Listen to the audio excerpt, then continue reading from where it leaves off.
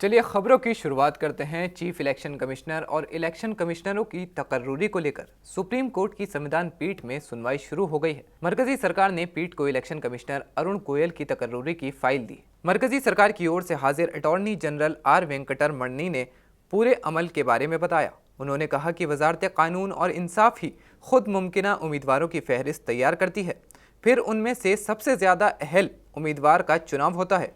इसमें वजीर आजम भी अहम किरदार अदा करते हैं।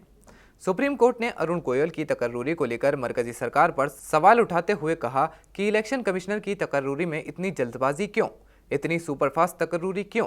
जस्टिस जोसेफ ने कहा, 18 तारीख को हम मामले की सुनवाई करते हैं। जिस दिन आप फाइल पेश आगे बढ़ा देते हैं उसी दिन पीएम उनके नाम की सिफारिश करते हैं। ये जल्दबाजी क्यों। Shivsena leader Sanjay Raut election commissioner पर जमकर बरसे। उन्होंने कहा कि चुनाव आयोग ने हमारी पार्टी का ही नाम खत्म कर दिया।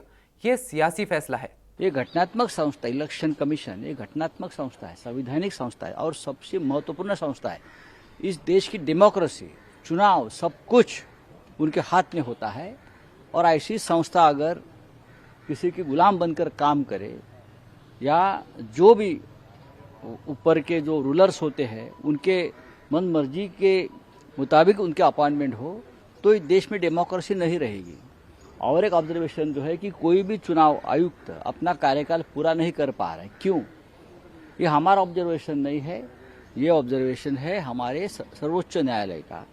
और सर्वोच्च न्यायालय का अनुभव, इलेक्शन कमीशन का अनुभव आजकल शिवसेना सबसे पुरानी पार्टी ले रही है। जिस तरह से हमारे चिन्ह को खत्म कर दिया, जिस तरह से हमारे पार्टी का नाम खत्म कर दिया, ये राजनीतिक निर्णय है, ये कोई तटस्थ यानी पक्ष निर्णय नहीं। छत्तीसगढ़ के सीएम भूपेश बघेल ने एक बयान देते हुए सीएम केजरीवाल पर निशाना साधा है।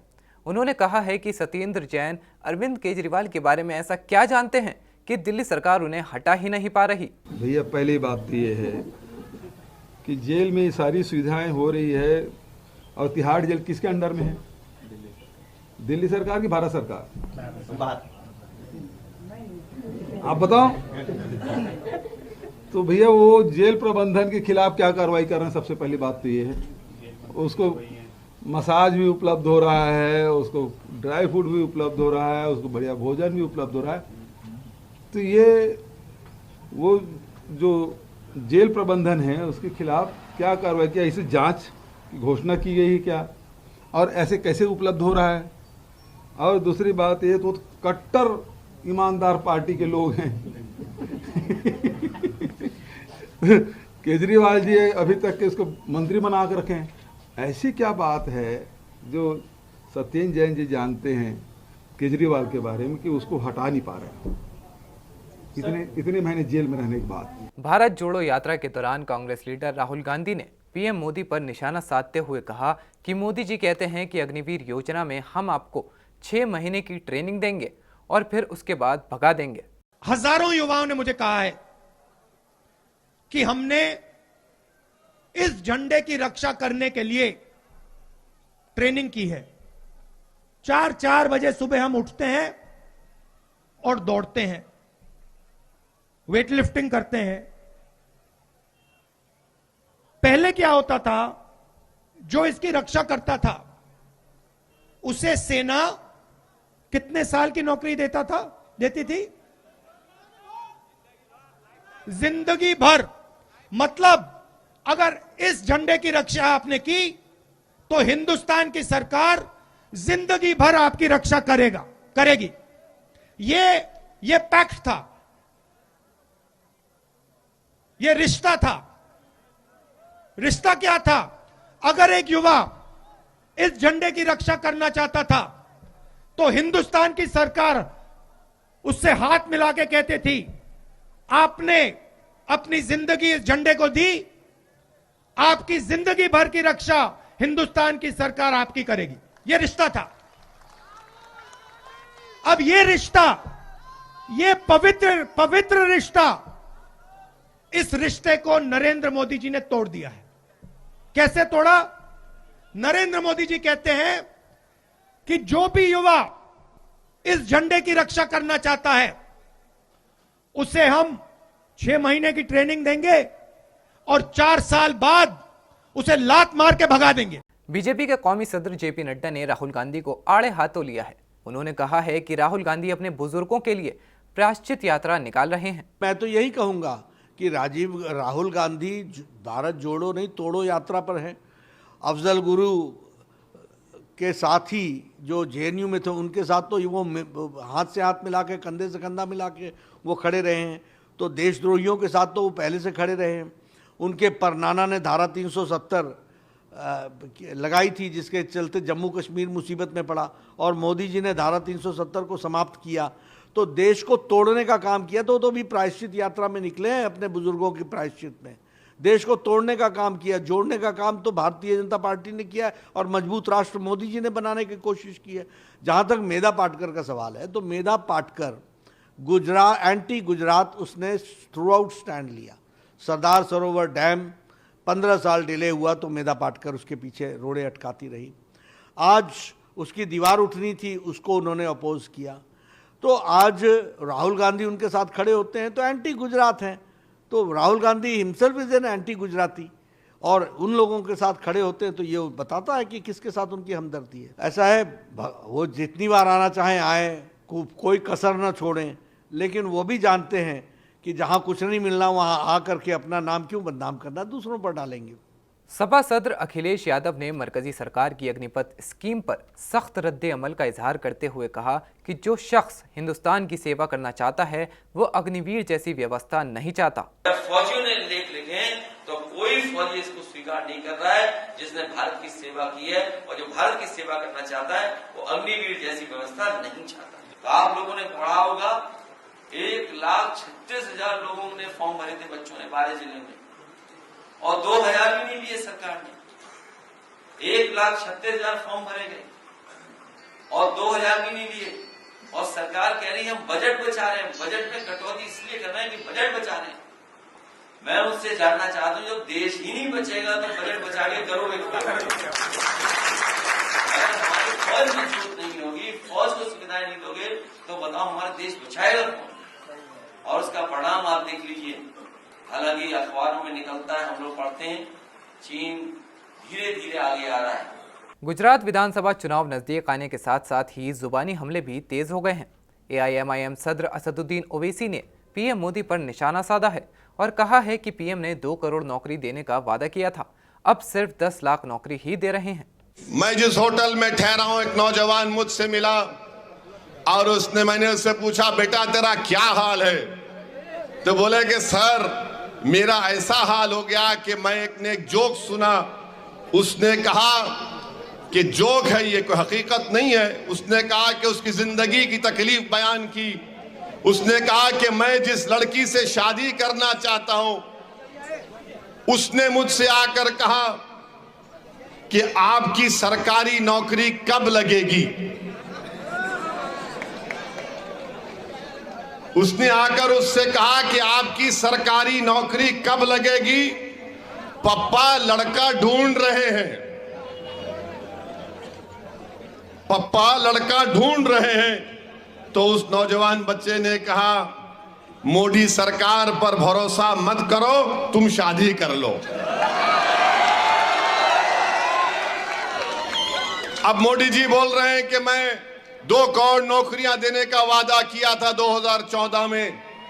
8 साल हो गए। 8 साल के बाद मोदी जी कहते हैं कि 2024 तक 10 लाख दूंगा मैं। माने 2014 में वादा किया था कि हर साल 2 करोड़ 2 करोड़ 2 करोड़ कितने हो गए 16 करोड़ नौकरियां मिलने चाहिए थी। अब उन्होंने कम करके कहा कि 10 लाख ले लो। अगर किसी को फेंकना है तो आपसे सीखे। आम आदमी पार्टी के लीडर राघव चड्ढा का ये कहना है कि इस बार गुजरात विधानसभा चुनाव में बीजेपी और आप की सीधी टक्कर है। हर जगह, हर सर्वे, हर विश्लेषण में यह साफ तौर पे नजर आ रहा है कि मुकाबला भाजपा बनाम आम आदमी पार्टी है। इस दौड़ में अब कांग्रेस कहीं दूर दूर तक भी नजर नहीं आती। कांग्रेस की 5 से भी ज्यादा सीटें नहीं आ रही और इस आम आदमी पार्टी बनाम भाजपा की लड़ाई में आम आदमी पार्टी बीजेपी से आगे निकलती नजर आ रही है। और आगे इसलिए निकलती नजर आ रही है क्योंकि कांग्रेस के पुराने सारे मतदाता आम आदमी पार्टी को वोट दे रहे हैं, भाजपा के मतदाता और भाजपा के अपने कार्यकर्ता भी इस बार परिवर्तन के लिए आम आदमी पार्टी को वोट दे रहे हैं। और जो फेंस सिटर होते हैं, जिन्होंने अपना मन नहीं बनाया होता चुनाव के आखिरी हफ्ते तक कि किस पार्टी को वोट देंगे, उन फेंस सिटर्स ने भी अब पूरा माहौल देखते हुए और परिवर्तन की आंधी जो चल रही है उसे देखते हुए मन बना लिया कि इस बार आम आदमी पार्टी को वोट देंगे। तो सारे जने, सारे जात धर्म बिरादरी के, सारी पॉलिटिकल पार्टियों के समर्थक, सारे लोग इस बार सिर्फ परिवर्तन की आंधी के चलते आम आदमी पार्टी को वोट देने जा रहे हैं, झाड़ू का बटन दबाने जा रहे हैं। और जो दिल्ली में कमाल हुआ, जो पंजाब ने कर दिखाया, अब वो गुजरात में होने जा रहा है। और 27 साल पुरानी अहंकारी भ्रष्ट सरकार को गुजरात की जनता उखाड़ फेंकेगी और परिवर्तन लाएगी।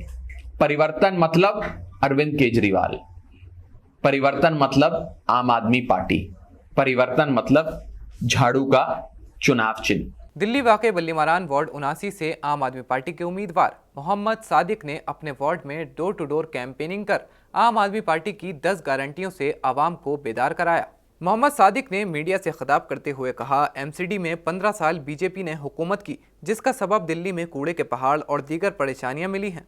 इस बार दिल्ली एमसीडी में आपकी सरकार बनी तो बेहतर एमसीडी स्कूल, डिस्पेंसरी और साफ सफाई के अलावा एमसीडी से मुतालिक सभी कामों में आवाम को सहूलत दी जाएंगी। देखिए, हम जो है पिछले मेरा पूरा 5 साल का कार्यकाल रहा है, उससे इस 1 साल पहले का भी कार्यकाल रहा है, तो 6 साल हो गए। जो मेन मुद्दे थे यहाँ, सीवर, पानी, बिजली, इन मुद्दों पर आम आदमी पार्टी हमेशा पहले भी चुनाव लड़ा है, इसी मुद्दे को अब भी चुनाव लड़ेंगे। और जो कोई मेरे कार्यकाल के जो काम अधूरे गए उसको आगे चल के हम पूरा कराएंगे। देखिए, लैंडर माफिया की तो बात है, मैं बल्लीमारान की बात करूँगा, वार्ड 90 की जो था पहले, इसके अंदर ऐसा कुछ लैंडर माफिया का कुछ मामला नहीं रहा। रही दूसरी बात, ये है पूरी पॉलिसी से काम होता है। जो बिल्डिंग बायलॉज हैं ये पूरे हेडक्वार्टर से बनते हैं, जिसके अंदर 15 साल से भाजपा शासित थी और उनके सारे बिल्डिंग बायलॉज हैं। अगर हमारी सरकार, आम आदमी पार्टी सरकार इस एमसीडी के अंदर आती है तो हम बिल्कुल ऐसे बिल्डिंग बायलॉज लगाएं कि एक आम जनता को, मकान वालों को दिक्कत ना आए। पूरी दिल्ली की जनता जानती है कि उन्होंने 15 साल के अंदर क्या करा है। उसके बाद 7 साल से आम आदमी पार्टी जो है दिल्ली सरकार के अंदर है, उन्होंने क्या काम किया है। दिल्ली गवर्नेंस का जो मॉडल है, चाहे वो स्कूलों का हो, चाहे हेल्थ का हो, जो भी मॉडल है वो नगर निगम के अंदर हमें लाना है। और जनता इस बात को समझ चुकी है और जनता ने पूरा मन बना चुका है। आपको आने वाले 7 तारीख को पता चल जाएगा। ये अगर आम आदमी पार्टी नगर निगम के अंदर बिल्कुल सरकार खत्म होगी और जो फंड का इश्यूज रहता है और जो भी दिल्ली के अंदर जो गवर्नेंस मॉडल जो है स्कूलों और अस्पतालों के अंदर है, वही नगर निगम की जितनी भी डिस्पेंसरीज हैं और जितने भी स्कूल्स हैं नगर निगम के, सबके अंदर वो मॉडल है, गवर्नेंस मॉडल आएगा। पिछले 5 साल के अंदर मैंने 10 होम मिनिस्ट्री को, एलजी को, कमिश्नर को, जलालगो की डिस्पेंसरी है, ये हेरिटेज के अंदर है। मैंने पूरी कोशिश करी इसको हेरिटेज से निकलवा कर यहाँ पर चच्चा बच्चा वार्ड बना दूँ, लेकिन हेरिटेज में ना होने की वजह से मैं इससे कुछ करा नहीं पाया। अब अगर हम नगर निगम के अंदर हमारी आम आदमी पार्टी सरकार आती है तो मेरी पूरी पुरजोर कोशिश रहेगी कि यहाँ पे चच्चा बच्चा वार्ड बनाया जाए। दिल्ली में एमसीडी चुनाव के मद्देनजर एक बार फिर से सरिता विहार से पहली बार कांग्रेस की उम्मीदवार शहाना परवीन और उनके शौहर कांग्रेस माइनॉरिटी डिपार्टमेंट के वाइस चेयरमैन शादाब आलम ने जसोला के सेक्टर 8 में जाकर लोगों से मुलाकात की और यहां भी बाकी इलाकों की तरह जन समर्थन देखने को मिला। इस मौके पर जसोला हाइट्स RWA के सदर जनरल सेक्रेटरी मोहम्मद असलम, शब्बीर, परवेज आलम और बड़ी तादाद में कांग्रेस कारकुनान मौजूद रहे।